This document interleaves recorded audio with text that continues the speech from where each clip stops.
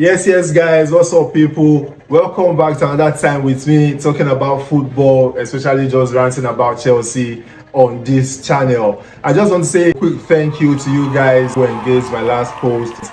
Thank you for the subscriptions, thank you for the likes, thank you for the comments. You guys are amazing. All right, so getting into the video today, I want to quickly talk about the Balon d'Or. To be very honest, I personally think the award should go to Vinicius, because come on, every time Vinicius plays, you know the rest. Is Rodri a worthy winner?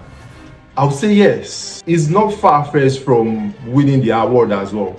To me, he is also a worthy winner, but I would have preferred Vinicius Jr. to actually take home the award. I mean, come on, football fans down the years have always cried about deep line midfielders not being recognized enough. I mean, you talk about the Gilberto Silvas, the Fernando Redondos, the Michael Carricks, the Esteban Cambiasos, the Thiago Motas. We all cried out that these guys were not recognized enough, and now one of them is actually finally being recognized over an upfield player, and there's still a meltdown. Well, I understand that Real Madrid fans are always, they are extra. They are always extra, man. But then I personally think that Vinicius should have that award. But as well, the award going to Rodri isn't a bad idea. I feel like Rodri is a worthy winner. And yes, that takes me into the sacking of Erik ten Hag.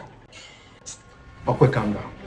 Don't forget it. Because tell me why it will be at the time that we need to play these guys, Erik ten Hag actually gets the sack. I mean, Manchester United have actually done the right thing. Just like one of my friends will say, if it needs to be done, do not delay it. The sacking of Erik ten Hag for Manchester United should have come way earlier before now. We as rival fans, we've been happy with the decision to let Erik ten Hag continue at the wheel, just like Ole was at the wheel, Erik ten Hag at the wheel. Alright, so it's really disappointing that ten Hag had to get the sack just before the game against Chelsea, because it is now looking like it's a United thing where the manager gets a sack, next thing they are playing us, and this is going to mean just one thing: they are going to be on the top of their game.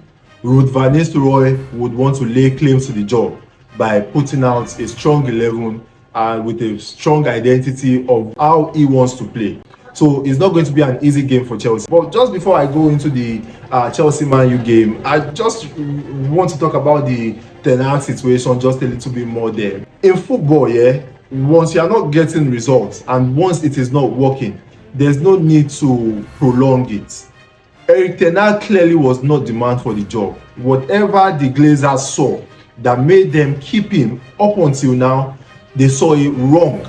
And that's why United fans have been fuming at the ownership, saying the ownership is all about business, all about money, they do not care for the club. But we can't really say that, can we? Because they spent huge amount of money to buy these players for.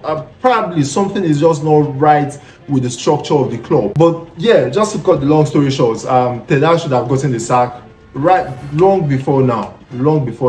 But then, just as a Chelsea fan, it's sad for me that he's getting the sack now. I bet you these boys are going to put up a performance for Ruben Amorim, because they want to lay a claim to the first team shirts. So they are going to put up a fight. Okay, so going into the next game against Manchester United, the loss on Wednesday actually becomes justified if and only if we are able to get a W, a win at Old Trafford. Because Maresca, I know I applauded him in my last video talking about how much of a genius he is. Come to think of it, he had Palmer on the bench, Neto on the bench, Jackson on the bench, and he only decided to bring on Noni Madueke. And yeah, and when Noni Madueke came in, we all saw that he influenced the game positively.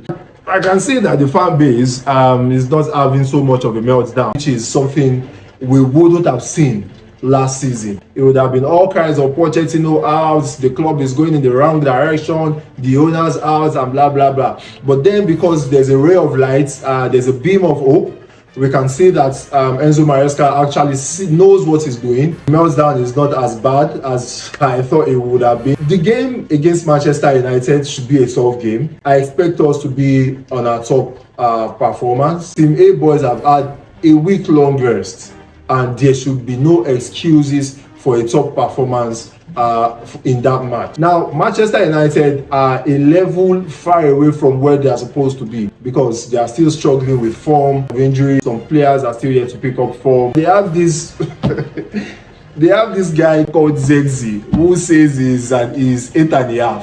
Whoever knows what 8.5 means, please. I need you guys to comment about that. This is another thing. Those boys are going to put up a fight in that game. They are going to play that game for their life because they know Ruben Amorim is going to be watching that game and they want to lay a claim in the starting team, in the starting 11. I hope Enzo Maresca lines up well. I expect us to still line up in the 4-2-3-1 formation or our usual lineup out of possession, and we'll see how that goes. So we keep our fingers crossed for the Chelsea fans and the Man United fans hoping to see the game. Let me know what your thoughts are in the comment section. Let me know what you think about the game. Let me know what your predictions will be. Alright, so again, I'm just going to say my prediction for the game, the Chelsea United game, would be 2-1 to Chelsea. We are well equipped to win that match. I know Manchester United are going to come out flying from the start. Let's hope that the boys translate this on the pitch of play. Alright guys, thank you for staying with me through to the end of the video. I hope you guys enjoyed it a lot. Thank you so much. Also, please do not forget to like, share, and also subscribe. Thank you so much. My name is Oluwa, aka Big Man. It's cold out here, isn't it?